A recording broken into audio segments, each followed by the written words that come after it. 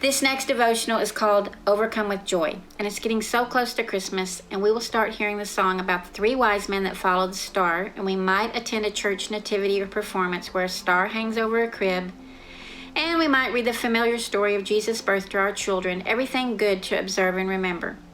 And of course, you know we will come now to the star that led the wise men to the baby. It starts in Matthew 2.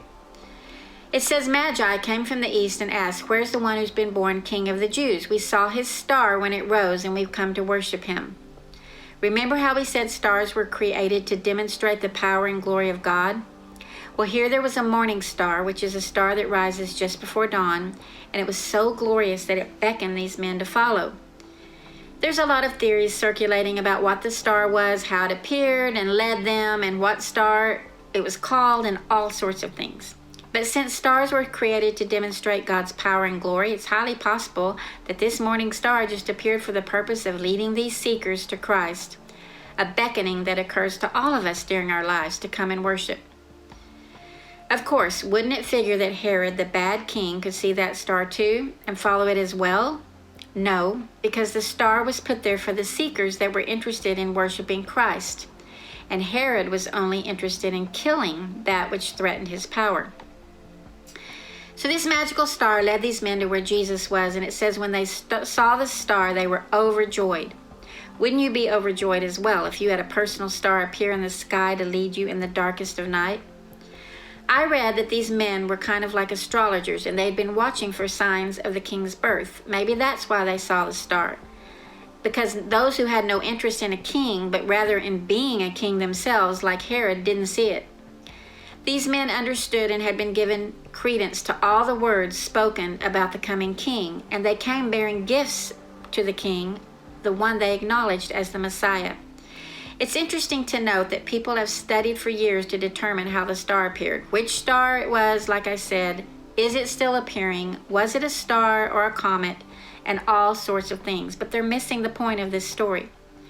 The point is that these men had been expecting the Messiah, a Savior, and therefore God led them by his light to where the Savior was, apart from those who were seeking to kill the Messiah.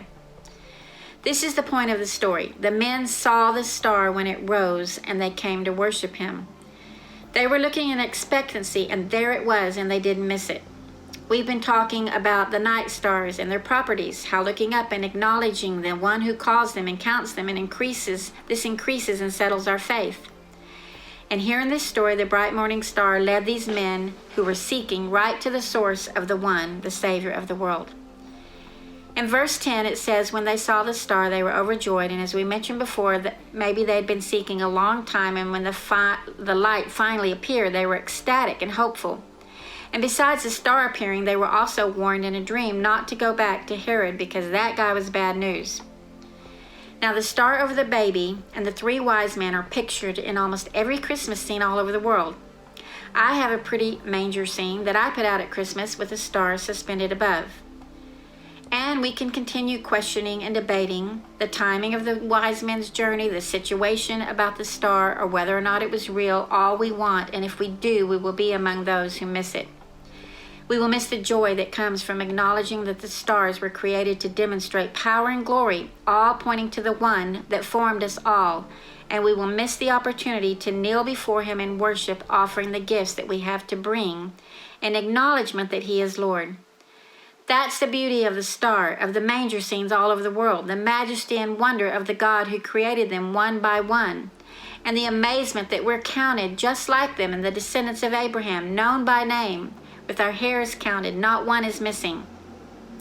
So this season, as you sit with your family by the fire, or walk by manger scenes, or drive by nativities, look at the star suspended.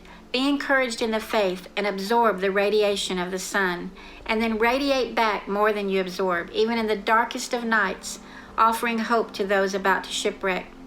Be counted among those that believe, those that have faith, the hall of fame, and those that follow him all the days of your life, and allow yourself to be overcome with joy.